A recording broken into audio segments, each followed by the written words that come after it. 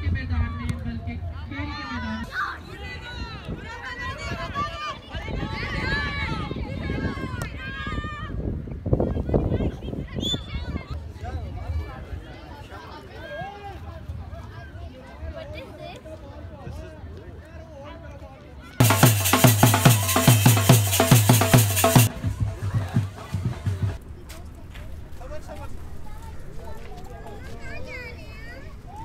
हमारे इस टाइम पे तकरीबन 600 से 700 मॉक पोल जो है उसमें वोट बच्चों ने और ख़वातीन ने डाले हैं अभी तक, और हम एक्सपेक्ट कर रहे हैं कि ये नंबर हमारा 1000 तक भी इंशाल्लाह चला जाएगा। में जो है ये बनाना, ये बड़े होंगे फिर याद करेंगे।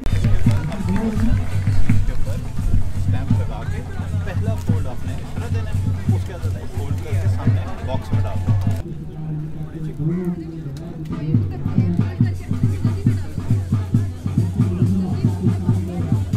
लीडरान जिन्होंने पाकिस्तान का साथ देखा था, तो उन्होंने